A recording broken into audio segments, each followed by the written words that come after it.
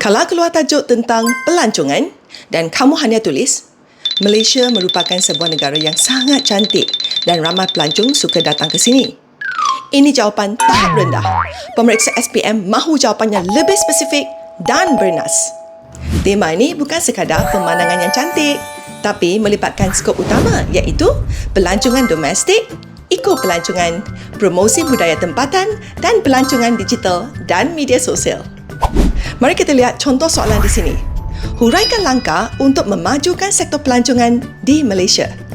Jangan anda tulis, pihak kerajaan perlulah mengadakan lebih banyak kempen kesedaran. Ini ayat kurang matang.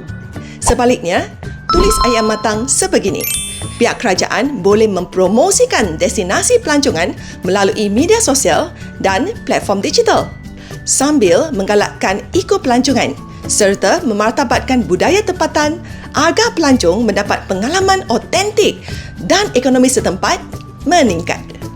Di sini kita ada nota eksam aras tinggi iaitu ada tindakan, promosi digital dan eko-pelancongan.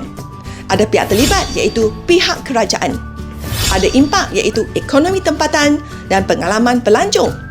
Dan ada konteks iaitu pelancongan moden dan budaya.